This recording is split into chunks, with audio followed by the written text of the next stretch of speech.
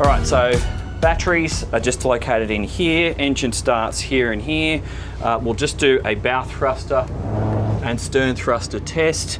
Really, really good access through this door here. And I also have another side door midships, which I'm gonna use, and I'm just gonna take this boat off the dock myself today. I'll just check that the engines are engaging before we leave the dock. Okay, they are. My viz all around is great. What I'm gonna do is release the bow. Super handy for stepping off here.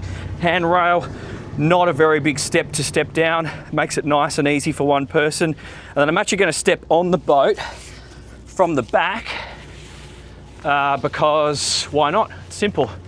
So I'll just give that a little bit of, get the line over. I can actually control the boat by keeping a hand on it here. There's a little bit of wind, but not too much to worry about.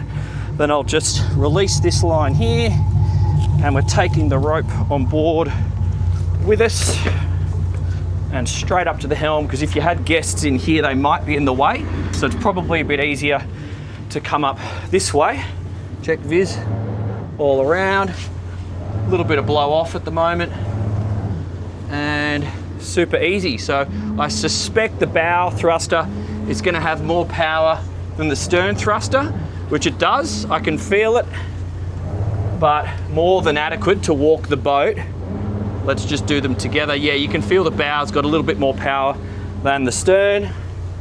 And now I'm just going to do some transverse thrust, start spinning the boat a little bit. Just checking that my swing room is clear at the stern.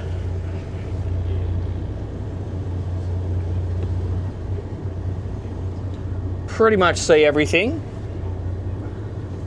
And it's just these covers or the sunshade on this particular boat that blocks a little bit of my visibility aft, but you may not have a sunshade there, and you can obviously resolve that with a camera. I can feel a lot of torque here with these motors, so this is going to be really good for anyone with a little bit of shaft experience around the dock. So I'm actually just going to come around and do a touch and go, because that's what you're going to be doing. Now, a little bit of a keel underneath the water on this boat. So 4-blade props, I can feel heaps of torque, which is going to be useful from your perspective. Let's just get the boat moving.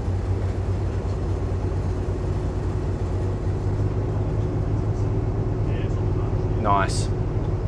Slow and predictable. She feels like she tracks a little bit like a yacht, to be fair. Okay, let's just get over here. You can feel that extra displacement, which I like. Okay, the boat's just tracking nice and straight there. I'm actually quite relaxed. All right, this is my first time obviously operating one of these boats, but this does not feel stressful at all. So the reason why it doesn't feel stressful is, you know, if you compare this Alaska to a equivalent production boat, it's going to be, some of these production boats that I even used to sell myself are 4 and 5 tons lighter than this Alaska. So when you factor that in, this thing just doesn't blow around as much. So let's just get her up. As you can possibly notice, I'm not even using the wheel. I'm doing that deliberately, just keeping my life nice and relaxed. I can increase the revs if I want. I got plenty to play with, but I'm sort of not doing that considering it's the first time I've driven the boat.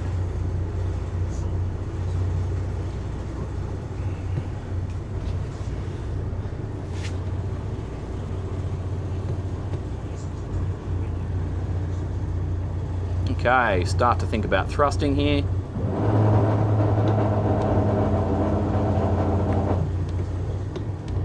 I'm doing a little bit of reverse thrust, which actually is almost more powerful than utilizing the stern thruster. And here when I'm doing the fine touches, so now I'm 1.5 meters off the dock. This is easy, guys. This is really, really quite relaxing, to be fair. I can just play. Hopefully you can see my hands on the main throttle. I've got my head locked in on the dock here, and I can actually, I have lines on the boat, but I'm so confident because we've got displacement here. I'm actually going to step off and get that line on the dock, keep a hand on the boat, just wait for the bounce on the fenders. Lovely, there really isn't any bounce here. That's the touch there. And I can step off, 1, 2, 3, step, and I can get this line here, and I can secure it straight away. So now I've got control. I'm actually going to do a touch and go because we're going to finish the video, but that's relaxing. That's relaxing. Very good. All right, guys, so we are just proceeding at 600 RPM, just slow speed at the moment, just giving us 3 knots SOG. The fuel flow is negligible at this speed, so I'm actually just going to have to get the boat up and moving so we can actually register some fuel flow, just seeing 1.5 litres per side. Now I've got both side doors open, all the back doors open. I'm going to start swinging around before I get to this shallow water, and we'll go up through the speed range. We will get up to a fast cruise and then wide open throttle.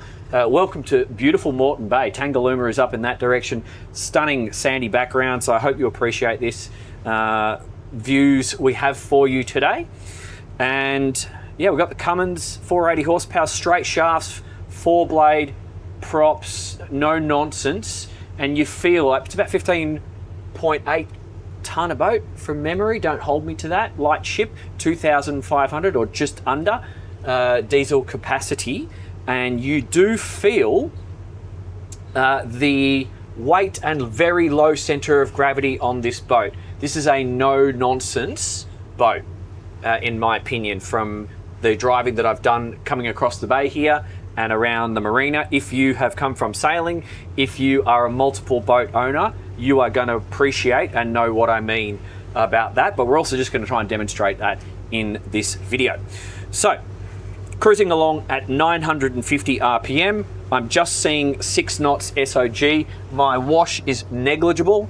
It's really not a problem. You could definitely tow a tender behind this if you had a big tender. Obviously we have a tender in the chocks on the platform. Also, you may see, as from some of the drone shots, we have a very big and solid roof, and you can option these boats with a crane, and you could put multiple tenders on the roof. So I'm thinking for some of my mates who are into their sailing, or their kids are into their sailing, you could pop a couple of Optis or whatever you like up there and be quite happy and still have your go fast rib on the transom should you need. So just coming through 1,000 RPM, let's bump that speed up a little bit more. I'm seeing 6.5 knots. I'm going to get to 8 knots. At the moment, I've got no trim tab. So the underwater profile, we've got a little bit of a keel, which then, as she gets to about the midships part of the boat, that keel dissipates and you've got a nice flat section aft, which allows a lot of clean water to enter and flow over the props. And what that also does, so if you've driven a full keel powerboat like, say, some of the classic Grand Bankses, they have a lot of resistance when you're trying to do transverse thrust around the marina because you're trying to move all this boat in the water. This one, she's got the benefit of having the keel and lots of boat in the water forward, but then she doesn't have the resistance at the back of the boat, so she'll swing around, which just makes it easier and more relaxing to park at the marina. It's as simple as that. So a lot of benefits there. Let's just have a look at 1,300 RPM. I'm seeing almost 8 knots, 7.8 there. Wash negligible, noise levels low, conversation easy, comfortable. You could definitely sit and relax on autopilot. We might even do that a little bit later on the drive, because this is the sort of boat you would do that. But I want to bring the speed up now, and let's have a look at 10 knots. Okay, so my fuel flow was 8 litres aside there.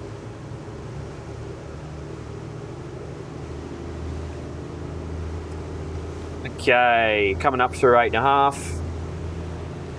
You've got a few turns on the wheel, so she's a little bit more yacht-like as opposed to some of your racy powerboats. So from port to full lock starboard. Oh, some wildlife in the water. We did see a turtle before. No, that's a bird.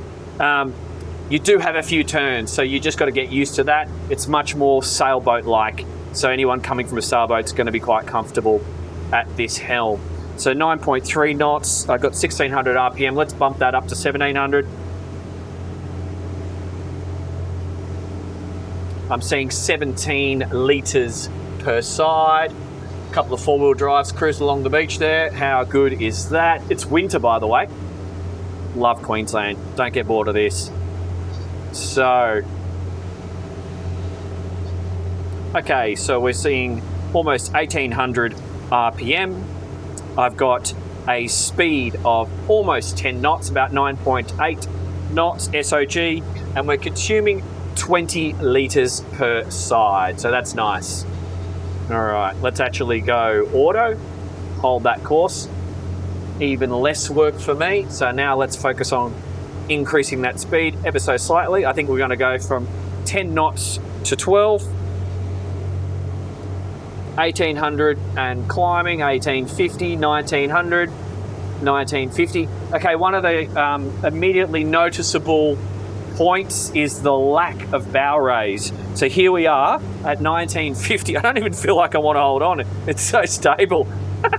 That's awesome. So I'm just going to give it a bit more direction out into deep water. So there we go. I don't even need to hold on. 1960 RPM, consuming 26 litres per side. Super, super happy, super, super relaxed. Yeah, this is cruisy. Let's get it up to 12 knots. Beautiful waters. So I haven't done any trims. I am going to start playing with the trim in a second. So no trim tab. From 11 knots, 2200 RPM, 35 litres per side, 12 knots. I'm going to start playing with the trim in a second. So now I'm seeing 2,450 RPM, 12 knots. I see a little bit of bow raise, but now I'm actually just going to play with the trim tabs and just go 1, 2 notches a tab down. Let's have a look at that. My fuel flow is just on 50 litres a side there. And let's just give it, I'm actually now increased speed with that tab. So I'm up to almost 13 knots. Give it one more tab to see if anything happens there. Because sometimes when the boat kind of wants to get on the plane, by giving it a bit of tab, you get the arse out of the water, you have reduced drag, and there you go. I see 13 knots and at a consistent fuel consumption of 53 a side. So what I'm going to do is bump it up, because now you could definitely cruise and eat up some miles at this speed, but I think we want to actually get a little bit more out of it. Very comfortable. Low vibrations. You do notice the engine noise at these speeds because it is a big shaft drive boat. It's not like having an IPS all the way down the back of the boat. So noise levels are more noticeable. I'm consuming 64 litres. I got a third trim tab down, 16 knots. What I'm going to do is actually raise a bit of trim tab and just play around with my settings there. I'm also going to close this door. We'll start. Really do feel like I've got a lot of control at this helm. It's nice being able to walk around and manipulate those doors, not a problem. I got good situational awareness. I got the boys closing the doors out the back now, and I'm still on autopilot, just at 16 knots, 5 meters of water, and I'm going to change my course pretty soon for the city. There we go. Let's do that on the autopilot.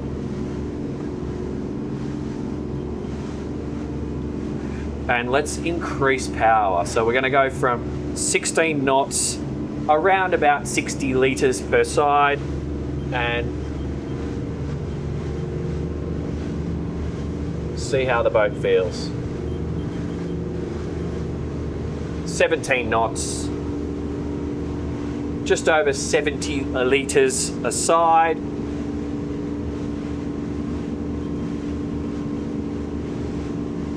I've got two notches of trim tab down at this speed. very comfortable. All the doors are closed.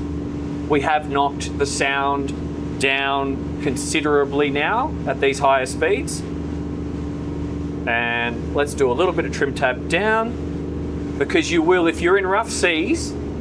She's got a nice amount of cutting action. We've got a lot of boat in the water rather than on the water. I would be super happy, even though we don't have an opportunity to go out to the ocean today because that island's in the way and it wouldn't be realistic. I would be super happy to run this boat in big seas. Low center of gravity, good displacement, lots of boat in the water rather than on top of the water. She just doesn't want to rock around, and that's very noticeable. So I'm going to come around 120 degrees at that speed, and then I'm going to do wide open throttle. And the reason why I am driving on autopilot today is because I think a lot of you will. If you want to go somewhere, like here, if you're in Brisbane or Manly and you want to cruise over to the island, it could be half an hour to an hour's cruising depending on where you start off from. And why not sit on autopilot and sit on your comfortable chair, which we'll do in a second, and enjoy the ride. So there's a lot of customization. I would call these Alaskas, I would classify them more of a semi-custom build, because you can communicate with the builder and option what you wish. So if you wanted individual helm chairs or a bench seat, it's kind of like you do you. So you can literally sit back here. Yes, you can option footrests if you want. That's personal choice. This is an owned boat, so this particular owner is happy to steer like that. But just with the autopilot on, let's go wide open throttle. Okay, and let's get rid of those trim tabs entirely. I'm seeing 19 knots, 3,100 RPM, 90 litres per side, and 0 trim tabs now. So even with that maximum bow raise, I got full viz, no problems whatsoever. Really good. The boat feels steady. Yeah, I can really notice the boat in the water rather than on the water. I got a seabird up ahead, so I'm moving out of his way. Sorry, mate.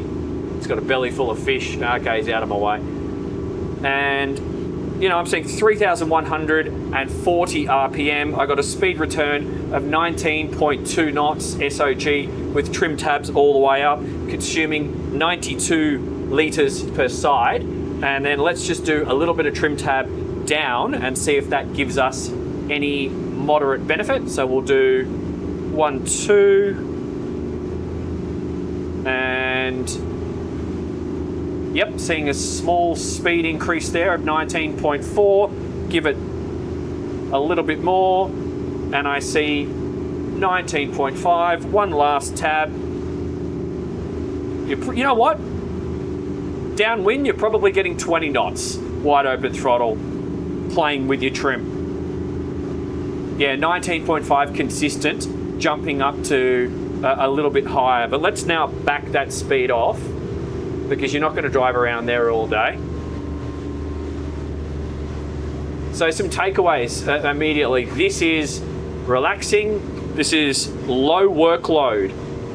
I'm not getting task saturation on this boat, because the hull, it's really, how do I describe this? If you have a lighter power boat, there's any of these hybrid electric boats or boats that are designed to be coupled with hybrid, go and look at the displacement and look at the hull shape. Often they've got a round bilge and they're going to be much lighter in order to be propelled by smaller engines or electric engines. And that's fine if you just want to cruise around canals and that sort of thing. But if you're coming into Australian conditions, I would say the same for America, where we do have real ocean and we do have rough conditions to cater to. The result with a lighter boat is going to be, you're going to be battered around with the wind and waves a lot more. Any little bit of chop or wind is going to bounce the boat around to a noticeable degree, and it just becomes less relaxing because you're physically getting rocked around. But then also when you get back to the marina or your anchorage and you're trying to maneuver the boat into your berth or to the right spot for your anchorage, your task saturation or your task responsibility goes way up high because you're moving so much quicker. The wind's just overtaking the boat at a very fast rate. So your ability to just step away from the helm, hopefully you have side doors, and if you didn't, if you had to go back and all the way around, you have less time to do things. So you really want to consider that when it comes to the design that you are looking at. Look at the weight, look at the underwater profile. Does it have a bit of a keel? And look, it might not be a problem where you are in the world. If you're just cruising around inland waterways with less exposure to big wind, then that's fine. You know, you always have to think about what your mission is and then work back from there as to the suitability of the design. But this is great. This is predictable. All the gear is solid and thick. All this solid timber everywhere. You know it's just been built to last. So if you're looking for something that's going to do that for you, I would definitely put this Alaska in that category. So that's good. Just coming off the plane now. Even the stern waves are not too offensive. Yeah, obviously we are making waves. It's a powerboat. We should. That's what we're out here to do. But it's not offensive. You know, look at that. When back at that 8 and 10 knot speed again, you can almost get away with going through an anchorage at that speed without pissing anyone off. So that's kind of nice to know. And those noise levels coming back down through the rev range, 1200 RPM. Just look at that, 7 litres per side. So that's, you know, we're now getting back into those sailing yacht numbers in terms of fuel consumption. So that's why I can just absolutely see many guys who are sailors or have been sailors appreciating this design. Because whilst we can do those faster speeds and get the higher fuel flows, which aren't that high compared to some of the boats I drive on this channel, we can absolutely just cruise around at very, very respectable numbers. I'm below 7 litres consumption now per side at 1200 RPM and getting a speed of return of 6.8 knots, which is more than respectable. Just notice the extra displacement when you're coming into a marina. Don't expect to just come in and for this boat to stop when you put it in neutral. It's going to keep going. It's like right now. Now I'm in neutral. It'll just keep gliding in a straight direction, but it won't just come to a stop because she's a heavier boat. All right, so from here we will go find our beautiful anchorage, Tangalooma. It's a special spot.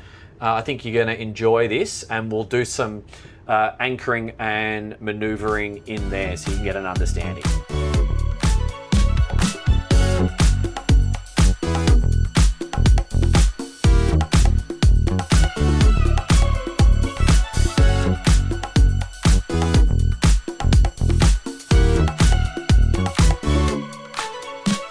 All right, that's the test drive, guys. I hope that was valuable to you. Please use these videos as a tool to basically educate yourself when you go to the boat shows or when you go to the dealerships. That's why I'm making these videos. So make sure you go ahead and subscribe, share this content with your mates, jump in the comments, and please also tell us what boat you're comparing this one with and what boat you have now, because if I know that everyone is comparing this with one particular other boat, I will go and annoy that factory, and then hopefully they'll give me the keys and I can test it and film it for you. So, you know, if enough of you are talking to me, I find that really, really useful. Also, if you want to talk to me directly with some direct questions, you can do that on Monect. Link is down below in the description. Performance feedback. This boat is predictable. She tracks really well. She'll cut up the chop. I would absolutely take this in the ocean if that was your desire. I wouldn't have any issues if I saw multiple meters of swell, even a short wave period on the forecast. I would still go if this was the boat I was going in, because she's solid as, and you can feel it. She's carrying that keel sort of halfway down the boat, which is giving us a lot of directional stability, a lot of cutting action, and it's noticeable. But then from about halfway further aft, it flattens out to give nice clean flow of water onto the propellers, and that also allows us to spin the boat quite easily in the marina, which we saw earlier on in the video. So What other boats could you compare this with? Well, they're slightly different. Well, I think a lot of you are going to be doing this, so I'm going to raise it. The Beneteau Swift Trawler 54. That's a popular model and probably worth comparing. It's a bit more of an IKEA build, and it's probably not going to last in the Australian conditions as long as the Alaska, but I do see why many of you are going to be looking at it, so that is fair, and I'll try and put that on the channel.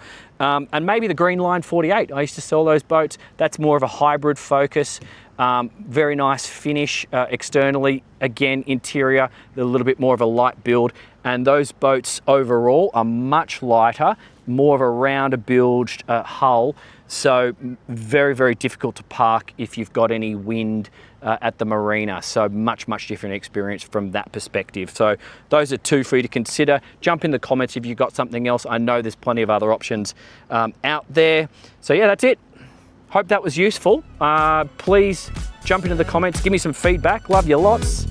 See you soon.